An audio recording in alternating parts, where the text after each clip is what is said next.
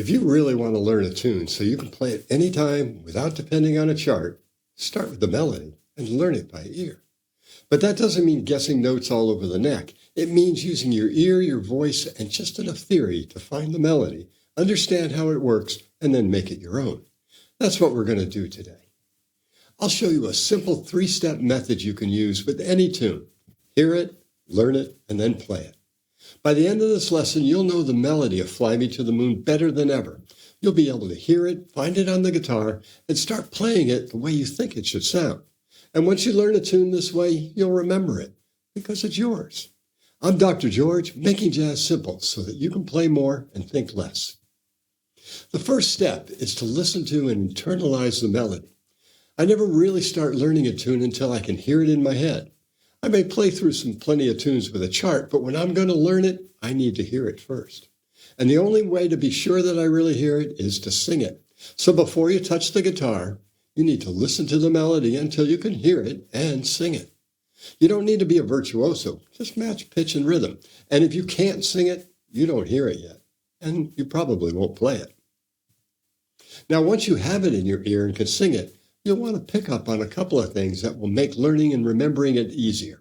We want to hear how the song is put together. So identifying the form and the melodic phrases and how they relate are the next step. Okay, let's sing the first phrase. Da da da da da da da da da da da da. Now, do you hear how that sounds like a complete musical thought, but doesn't quite feel finished? Now listen to the second phrase. Da da da da da da da da da da da da. Now it feels more complete. And can you hear how those two phrases relate? They're almost the same, but they start on a different pitch. That's called a sequence, and it's a common songwriting technique.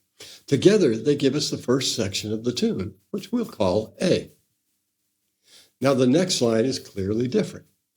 Da da da da da da. Has a new shape, new direction, so we'll call this B. Now listen to the next phrase. Da da da da da da da da. And as you can hear, that's also pretty similar. They're quite related, but they're not identical. That completes the B section.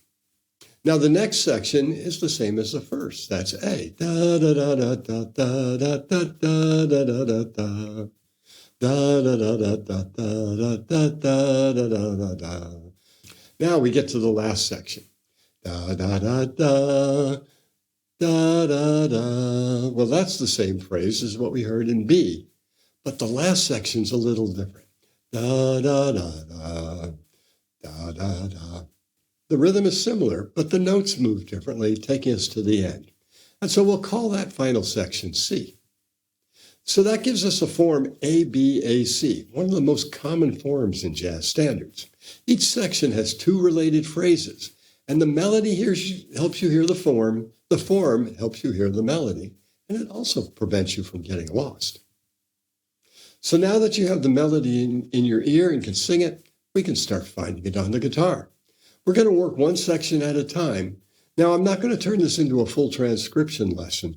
I want you to see the process, and you can do the rest on your own. The first thing we want to do is establish the key, and it can be any key. Use the key from a recording or a key that fits your voice. That's what I'll do. Da da da da da da da da da da da da. Now, to find the key, you want to find the last note of the melody. It's not the first note. Okay? So da da da da da da da, and I know that's going to be F. Okay? So that's the root of the key. And then the question is it major or minor? And all you need to do is play a major chord. And can we end on that? Sure.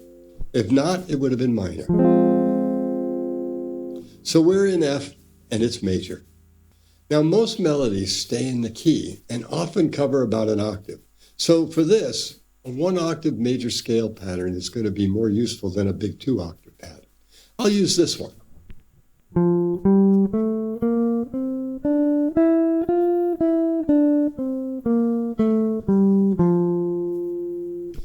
But don't just play this scale. I want you to sing it too.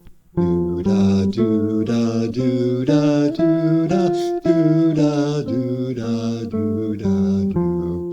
going to help you find the notes of the melody. So now let's find the notes of the first phrase. Don't worry about the rhythm yet. We're just going to listen to the contour of the melody. Da da da da da da da da da da da da. Now you can tell whether your voice is going up or down and whether it moves smoothly or if it jumps. Now let's find the first note. Da, da, that's the root. And the melody goes down, da, da, da, and that's moving pretty smoothly. So we can assume that it's actually worked just following the scale pattern. Do, da, do, da, do. And then it starts going back up again. Do, do, do. Ooh, it's skipping a note. Do, do, not right. Do, do, do, do, do, do.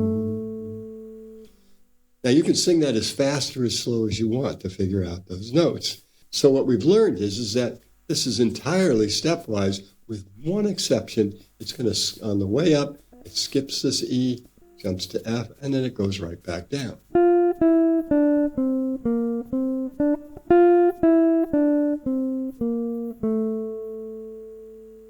Now for the second phrase. We've already learned that this phrase has almost the same contour, but it starts on a different note. So we'll use the same process again. Da. So it starts on D. And we'll go down the scale. Da, down, down, down, down, up, up. And then it skips a note, up. And then it wants to go down again. But that's not right.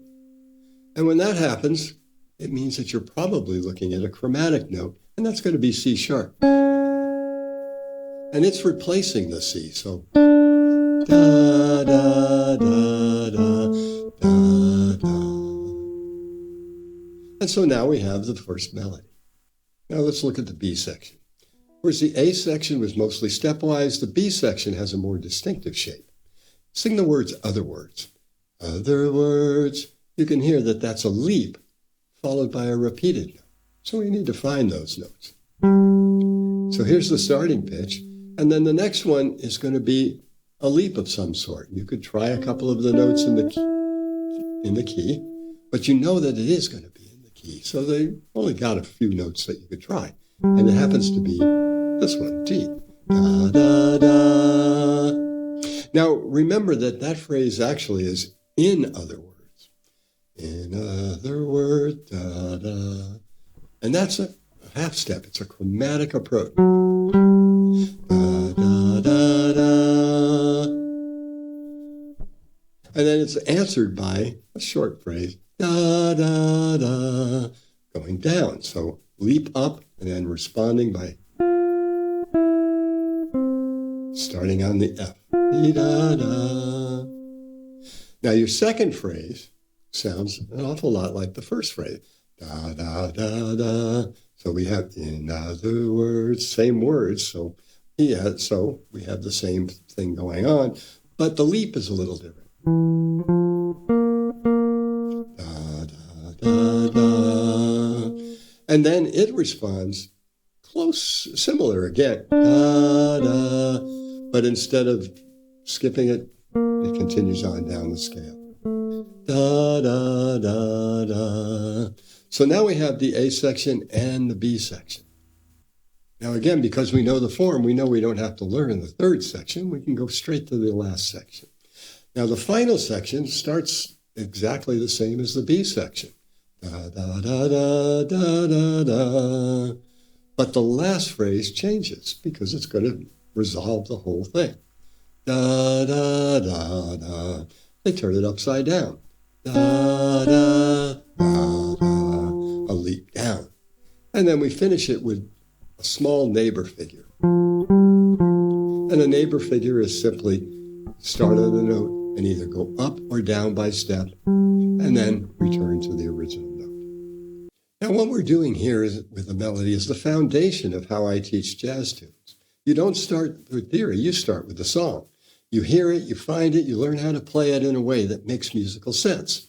Stick around to the end because I'm going to tell you about my new live course where we'll use the same approach to learn a complete jazz standard. But first, let's finish this melody and make it sound like jazz. When you learn the melody this way, you learn more than the notes. You get insight into how the song is put together. And instead of learning dozens of notes, you've learned 2 basic phrases and some variations of them. It's a lot easier to remember. It also affects how you play it and eventually how you solo over it. So what we want to do next is find the best way to play this on the guitar. Now, the most common way to play a melody is to just play it in position. And in the A section, that makes sense because it's mostly stepwise. So we can just follow our pattern. And it could be any scale pattern that you're using. But the B and C sections use a more distinctive motive. A motive is a musical idea that comes back in a related way. And for these phrases, I often look for a fingering that matches the idea, and then I move that fingering up and down the neck when the idea comes back. See, if I play this idea in position, and then play the next one, now I can play that, but the relationship isn't clear. But if I play it this way,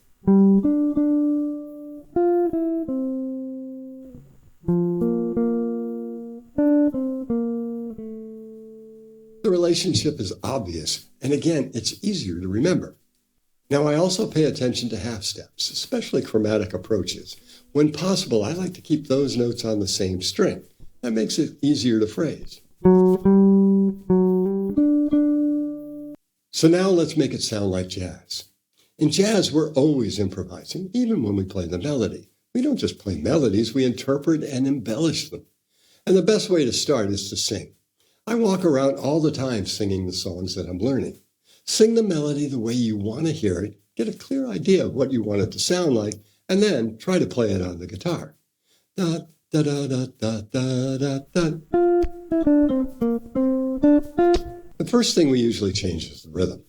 Now, I rarely play it the same way twice, even in the same performance. You want to move notes from downbeats to upbeats, and you can play a note early, delay a note, add some space, play some triplets. Here are some ideas.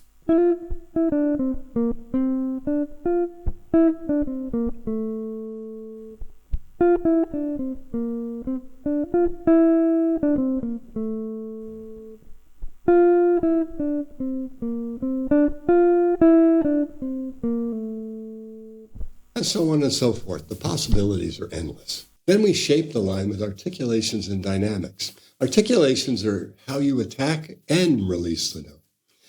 It's how you make the note speak. You can use slides, hammer-ons, pull-offs, scoops, accents, and different note lengths. Bends are less common in the style, but even once in a while they work too. Now, dynamics give the phrase direction, so not every note has the same weight.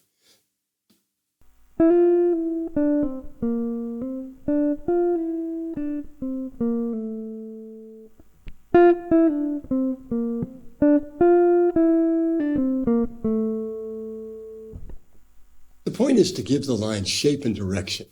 It's kind of subtle, but it makes all the difference. You can also change pitches, but that takes a little bit more care. There's a little twist that Sinatra added.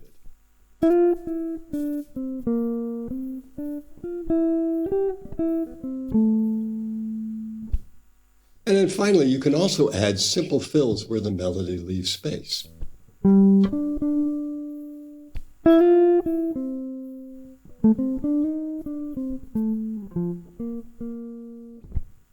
A fill should sound like it grows out of the song and not just some lick that was pasted on top.